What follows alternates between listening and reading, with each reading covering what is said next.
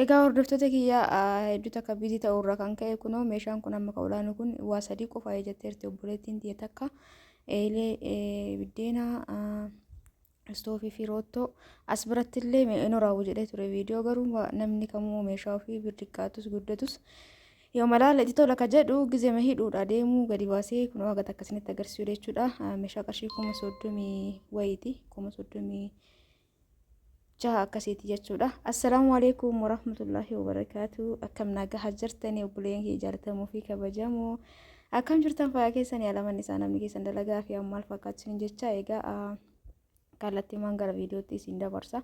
Viidiyoo kan hundi keessan like share gochuu hin dagatina akkasumas namoonni meeshaa ajajattan yoo nama barreessitan addaan baasaa wanni isiniin galee jiraate nama gaafadha jechuudha waan akkasiisantu nama mudataa jira. An fakkeenyaaf distiin sun tuni sadii bakka takka dhufti kashan illee jira jechuudha maxxabashaa wajjin. Distii kana amma cadhistee distii kana natti erguu fi distii abbaa sadii distii abbaa shanii isaanii giloobaalii warri ajajattan isaanii giloobaalii isaanii iraanii firee shaniin jira. Fakkeenyaaf firee sadii hin jira. Isaanii giloobaalii garuu firee sadii hin qabu jechuudha. Ishiin isa firee shan qaba. Itti aansuun distii seeraamikii tana mee haga tokko isinitti agarsiisa. Kurree isaa manatti itti hidhattanii kurreen hidhamee yoo dhufe kaartoonii ol qaba waan ta'eef seeraan hin taa'u jechuudha. Yoo dhufu akkana dhufa akka distiin walirrinne kaartoonii keessa kaa'anii orjinaala jechuudha. Distiin tun tokkoffaa isiiti. Kurreen isaa kun as keessa jira. Qabannaan isaa jechuu kiyya kurree isaa jechuu kiyya miti. Qabannaa eegama nagaa itti hidhattanii jechuudha. Hordoftoota kiyya kun buloonni isaa irruma jira. Salphaadha. Yoo hidhamee isinii ergame nama akkas jedhee nagaa fa'itu jira. Distii tana biyya keessa bakka hedduu erge torbee kana keessa jechuudha. San keessaa gara boqojjii erge takka hidhannaan isaa itti nagaluu didee jettee nagaafatte sanii fi nama isinitti himaa jira. Fuutaniitu maan bakka qaawwa isaa bilooniin bakki itti hidhamu qaawwi isaa kurreerra jira. Achumarratti biloonii san hiitan jechuudha.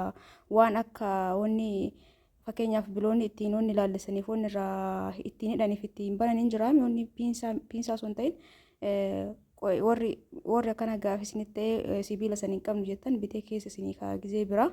Maqaa isaatu harkaa bade kanaafuu salphaadha jechuu barbaadeeti kun abbaa sadiitii qarshii 8,000 tokkoffaan isaa garuu gadi qannas 7,000 6,800 jira tokkoffaan isii barreeffamuma akkana ta'ee meeshaa irratti garaagarummaa qabaatu mala akkana isin jaa jechuudha gurraachaa fi silvarii kanaan jira halluun isaa. Egaa hordoftoota kiyyaa akkuma tan abdiin qabaa namoonni gizee meeshaa ajajattan addaan baafadhaa jedha. Yoonni isiniin galee jiraate namni sun na hifata jettanii wanna tokko osoo isiniin galiin ajajattanii jedhisina. Namni sun ana fakkeenyaaf hojii kiyya waan ta'eef haasaa hin dheeressina wanna barbaaddesan kallattii manatti himaa jedha malee nama waa hin galiniif tokko hubachiisuun dirqama kiyya jechuudha. Obboleeyyan kiyya asitti immoo maxxabashaan firee lama qabdi.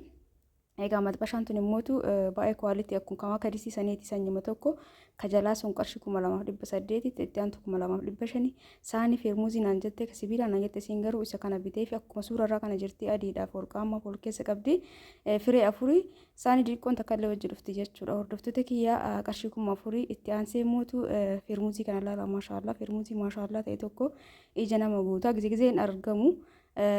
Garuu haga jirutti ajaa'anii fide jechuudhaani saawwanni tanaa fi feermuuzii tanaa fi maankaa tanallee jechuudha. Pireesii kanallee fayyadamuu dandeettanii irrallee bantanii fayyadamuu dandeettanii harka tokkoon bilbila qabee hadhana mana horaa buna argine muddamee jira jechuudha baay'ee yaamee jira. Kana osoo hin ta'in meeshaa achi aanu san gara sallaa erga jechuudha eelee biddeenaatii fi roottoo akkasumas istoofii firaasha tokkollee viidiyoo keessan galchine malee afata haadha ofiitii bittee jirti. Bakka hin qabu dhiqqoo biizinatti ta'ee meeshaan hundi na bira jira. Keessaa kana fakkaataa calalti yookaan biibduu mataa isaa qaba feermuuziin kun leetira 2 tokkoo fi 90 jedha garuu 2,000 jechuudha agartanii.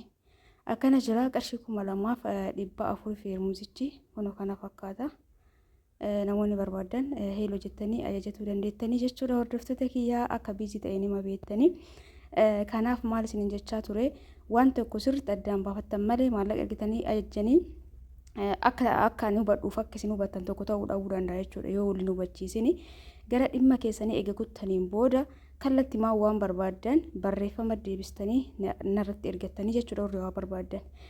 Namoonni waan garaagaraa namatti haasoftanii immoo ana waan dhimma hojii kiyyaa malee waan biraa osoo natti barreessuu baattanii isiniin jaadhiifamu obboleeyyan kiyyaa.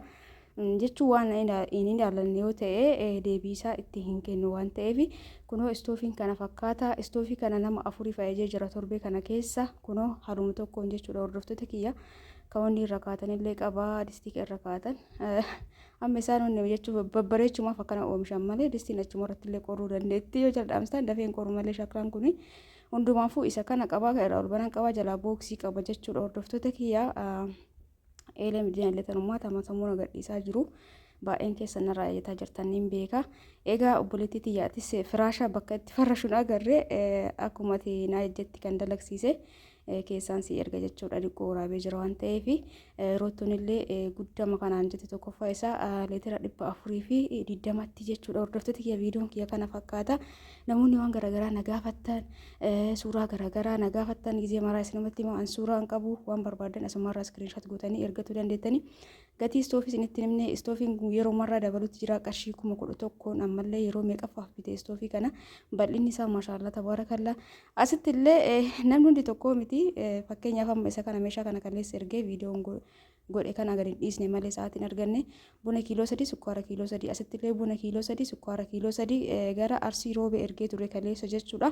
Teemira kaartoonii tokko zayitii asitti meeshaa nama lamaati garuu gizee ergu bakkuma tokkotti paa godhee ergeen achitti addaan qoodamanii hiriyoota waan ta'aniif jechuudha.